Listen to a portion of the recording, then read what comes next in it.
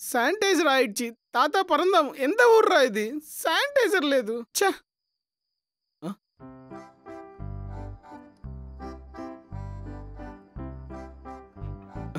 తీసుకోండి sanitiser it's okay thank you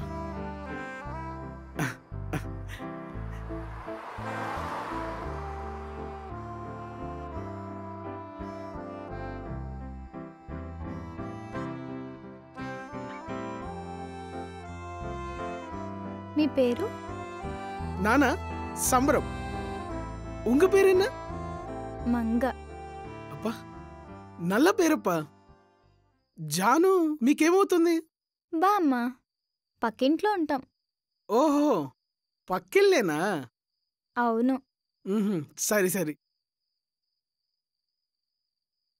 రోజు మీరు కలుస్తారేమోనని వెయిట్ చేస్తున్నా అవునా ఎక్కడప్పా ఆ వాష్రూమ్ దగ్గర కాదు కాదు కాదు అప్పుడంటే పొరపాటున కలిసాం ఏం చేస్తాం డెస్టినీ అవును ఎందుకు వెయిట్ చేస్తుంది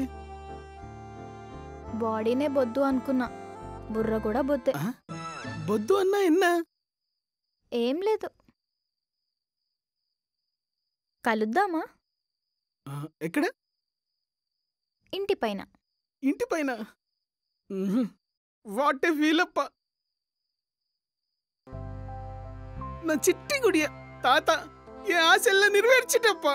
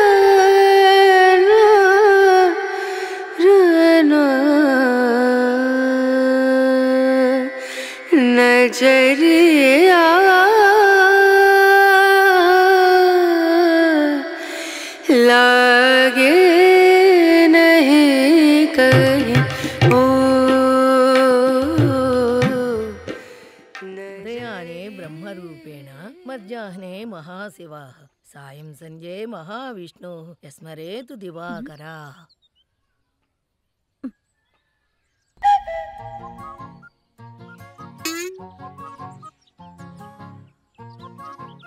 జాను సూర్యుడికి నమస్కారం పెడితే ఏమొస్తుందంటావు ఆయన తేజస్సుకు సమానుడైన మంచి మొగుడొస్తాడే ఆహా నిజమా అట్టులైనా నేను కందిపోగలనేమో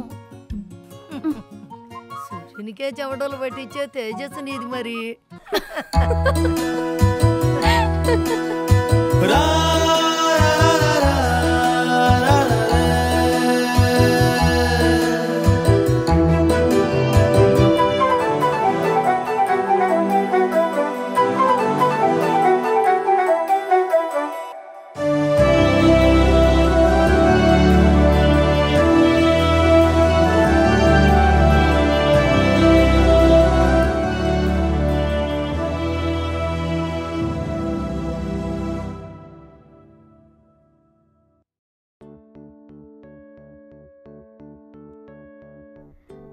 పారు మనకి మనం చెప్పుకోకూడదు కానీ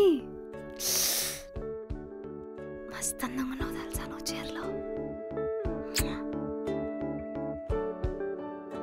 కొందరు ఉప్మా చేస్తారు నాకు ఎప్పటికీ అర్థం కాదు అందులో 16 పదార్థాలు వేస్తారు రైతు బజార్లో దొరికే కూరగాయలన్నీ అందులో ఉంటాయి అది ఉప్మా ఎందుకు అవుతుంది ఏమిటో చెప్పమా అవుతుంది ఉప్మా చేయడం చేత కనబడి చేసే పని ఉప్మా అంటే కేవలం ఉండేదేదో అదే ఉండాలి ఇవన్నీ ఎందుకు ఉంటాయి తాళింపై పోపై కావాలంటే 2 జీడిపప్పులు ఏరుశనగపూలు తుపాకీ ఈ గరికపాటి గారు ఒకరు ఏమిటి రైతు బజార్లో ఉన్న కూరలన్నీ వేస్తున్నానా ఏంటి నా బొంద అయినా ఉప్మా రుచి తినేవాడికంటే చేసేవాడికే బాగా తెలుస్తుంది పారు ఉరాయ్ సాంబారు కొద్దిగా ఉప్మా తినిపోండిరా వద్దు జాను. ఏమిట్రా బడవల్లారా, నోరు మూసుకుని ఉప్మా తినండి. పొద్దుగూకులు ఆ కెమెరాలు వేసుకుని బారెడెండలో అలా తిరుగుతుంటే శోషొచ్చి పడిపోతారు. ఉప్మా తినకుండా ఇల్లు కదిలారంటే కాళ్ళు ఎరగొడతాను. గోరువెచ్చగా కాగిన నేతిలో దోరగా వేగిన జీడిపప్పు, మకరందపు వాసననిచ్చే ఆణిముత్యాల్లాంటి ఆవాలు, చిటపటలాడే జీలకర్ర, మెరిసే మినప్పప్పు, 2 ఎండుమిరపకాయలు వేసి ఘాటుగా మరిగిన నీళ్లలో హాటుగా ఉడికే రవ్వ వేసి చేసేదే ఉప్మా. కొద్దిగా వెన్న వేసుకుని తింటే బాలగోపాలుడు వెన్న తిన్నట్టుంటుందిరా. అలా నోట్లో వేసుకుంటే ఇలా గొంతులోకి వెళ్ళిపోతుంది. తెలిసిందా? తినండి తినండి. నా బతుకు వండ.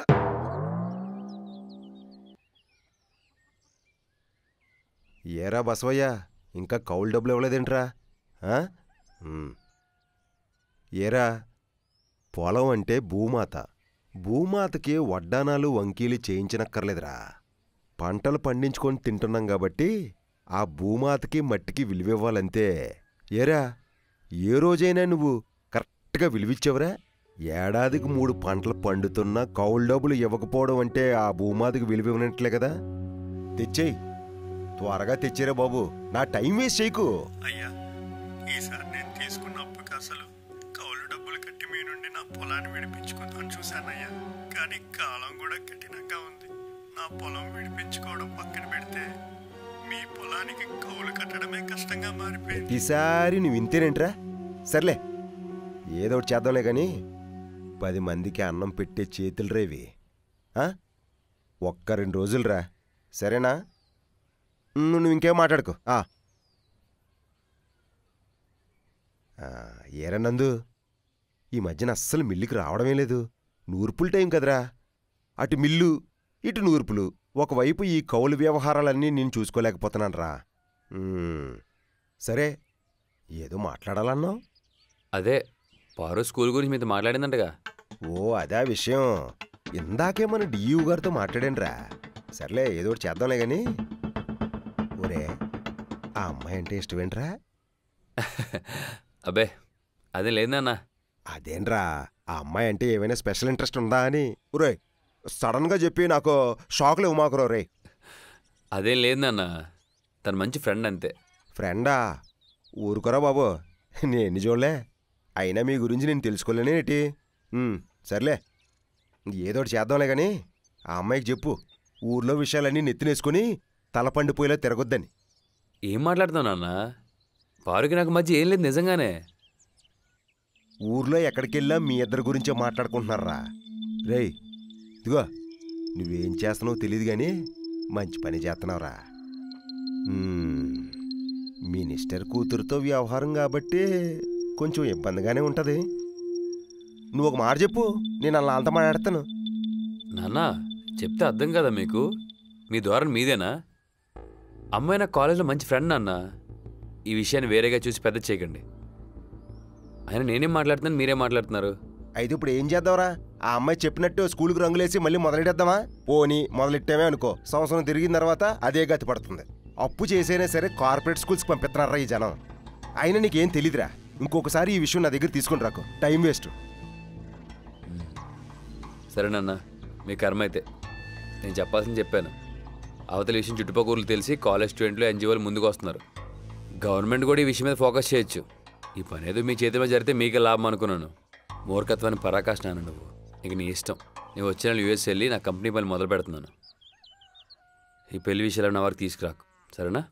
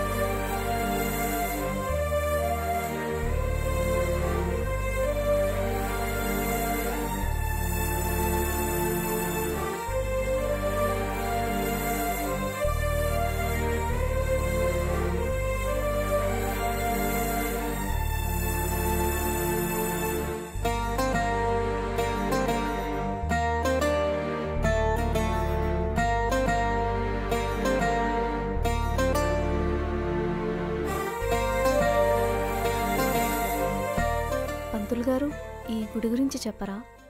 ఈ ఆలయం శ్రీ సీతారామాంజనేయ స్వామివారి అతి పురాతనమైనదమ్మా. సుమారు 200 సంవత్సరాల పూర్వమైనది. మన తూర్పులంక గ్రామంలో దీని చరిత్ర తలమానికమైనది. శ్రీకృష్ణదేవరాయల సమయంలో దీన్ని కట్టడం జరిగింది. చాలా పవర్ఫుల్ గుడి అన్నమాట. కానీ ఎందుకు ఇలా అయింది? పట్టించుకోకపోవడం వలన? మన పాలకులు గుడి ఆదాయాన్ని గుడికి దక్కనివ్వరమ్మా. ఊరికి అవసరమైనప్పుడు నిలబడేది గుడే, కానీ గుడికి అవసరమైనప్పుడు ఎప్పుడూ ఏ పాలకుడు ముందుకి రాడు. కాలోస్మి లోక క్షయకృత్ ప్రవిద్ధ లోకాం సమాహర్తుమిహ ప్రవృత్త రితేపిత్వాం నభవిష్యంతి సర్వే ఏవ స్థితః ప్రత్యనీకేషు యోధాః. ఈ శ్లోకార్థం ఏమిటంటే తల్లి, ఆయనే సర్వాంతర్యామి. ఆయనే పుట్టిస్తాడు, గతివైపు నడిపిస్తాడు. ఆయనకి ఏది ఎప్పుడు ఎక్కడ ఎవరి వల్ల జరగాలో అది జరిపిస్తాడు. కాలానుగుణంగా రూపాంతరం చెందుతాడు. అతని కొలువును కూడా అతనే మార్చుకుంటాడు తల్లి.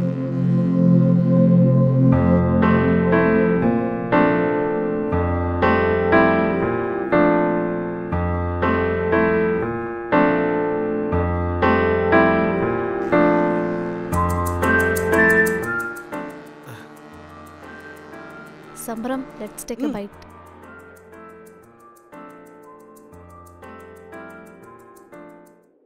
Ready, rolling. హాయ్, తూర్పు లంకపల్లె. ఈ ఊరు గురించి మీకు ఇప్పటికే చాలా విషయాలు షేర్ చేశాను. పుష్కరాలకి మాత్రమే పెయింట్లు వేసే గుడిని మనం చూస్తున్నాం. ఇలానే మెయింటైన్ చేస్తే ఇంకొన్ని సంవత్సరాలకి ఈ గుడులు కూడా శిథిలమవుతాయి. మన రూట్స్తో పాటు మనం కాపాడుకోవాల్సిన కల్చరల్ సెంటర్స్ ఇవి. వీటిని మనం అందరం కలిసి మాత్రమే కాపాడుకోగలం. ప్రతి ఊరికి గుడి బడి ఎంత ఇంపార్టెంట్ అని మన పెద్దలు చెప్తూ ఉంటారు. జనాల లైఫ్ స్టైల్స్ని ఇవి మాత్రమే మారుస్తాయి. Okay, done. ఓకే.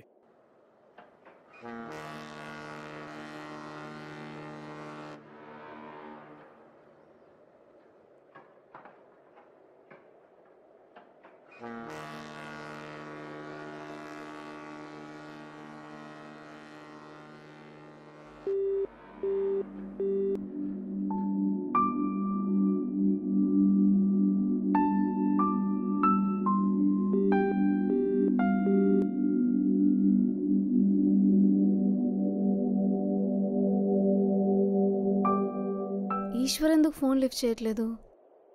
స్కూల్లో ఇరుకానేమో పారు, వెళ్ళి చూడు. సరే, లెట్స్ గో. నేను కొన్ని ఫోటోలు తీసుకొస్తా.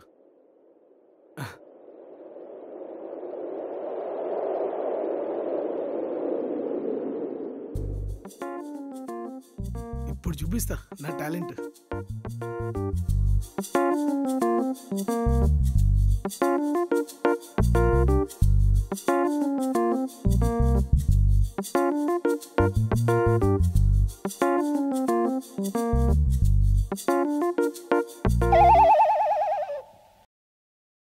தாத்தா பறந்தாம். இந்த சம்பரம் டேலண்ட் யாருக்கு தெரியல தாத்தா. இப்ப எடுக்கிற பார்.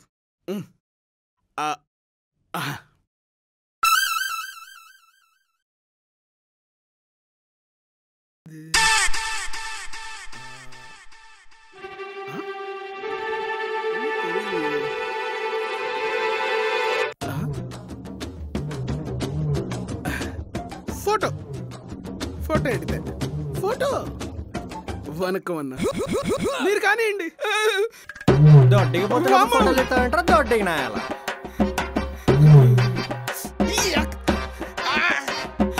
ఆ చేతులు కడిగి పూడ్చారో లేదో.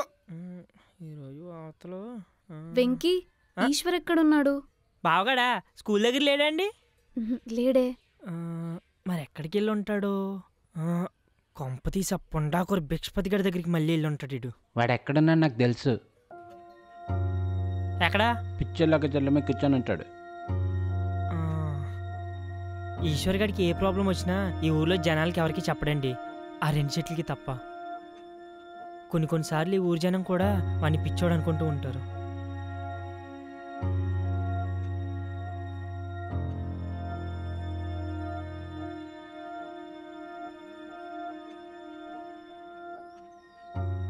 ఈశ్వర్ గారికి ఏ ప్రాబ్లం వచ్చినా ఈ ఊర్లో జనాలకి ఎవరికి చెప్పడండి, ఆ 2 చెట్లకి తప్ప.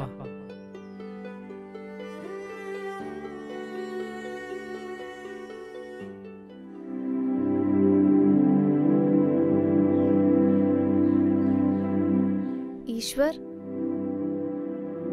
పారు, నువ్వేంటి ఇక్కడ?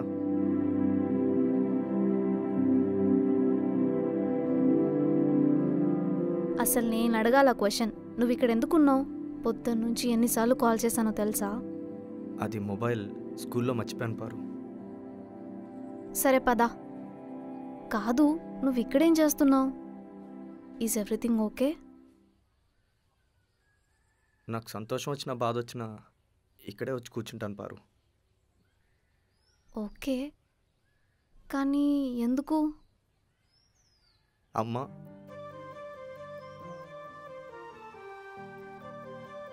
నాన్న అప్పుడు నాకు 15 సంవత్సరాలు అనుకుంటా పారు. అమ్మ నాన్న ఇద్దరు ఒక యాక్సిడెంట్లో చనిపోయారు. అప్పటి నుంచి నేను స్కూల్లోనే ఉంటున్నా. ఇదిగో అప్పుడప్పుడు వచ్చి ఇలా పలకరిస్తుంటా. నీ గురించి కూడా చెప్పానులే. I'm so sorry Eshwar. అంటే నీ ఎమోషన్స్ని షేర్ చేసుకోవడానికి ఎవరూ లేరా నీకు? సంపుతా. అదంతా ఒకప్పుడు, నేను ఊరికి రాకముందు. ఇప్పుడు నేను వచ్చినా కదా, ఏదున్నా నాకే చెప్పు, సరేనా? అలా అని చెప్పి అమ్మా నాన్నల్ని ఏం ఇగ్నోర్ చేయకు. నువ్వు వచ్చేటప్పుడు నాకు చెప్పు, కలిసి వద్దాం.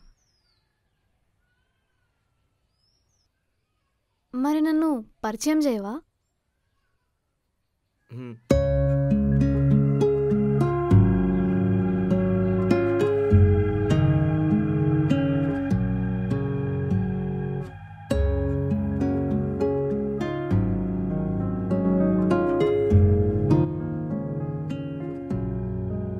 తను మా అమ్మ విజయమ్మ. ఇప్పుడు కాళ్ళకి గజ్జలు కట్టుకొని ఇల్లంతా సందడి చేస్తూ తిరిగేది. తనే మా నాన్న. ఎన్ని ఈదురుగాళ్ళు వచ్చినా చెట్టులా నిలబడిపోయేవాడు.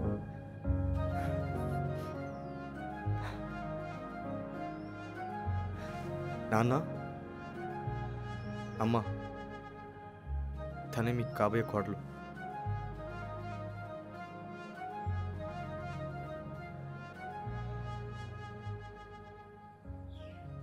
ఒప్పుకున్నారా మీ ఇంటి కోడలు లెక్క?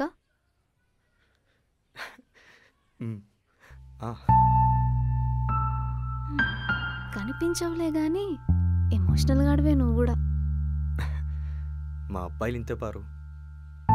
అవునవును. అయినా ఈరోజు ఎందుకు ఇక్కడున్నావు?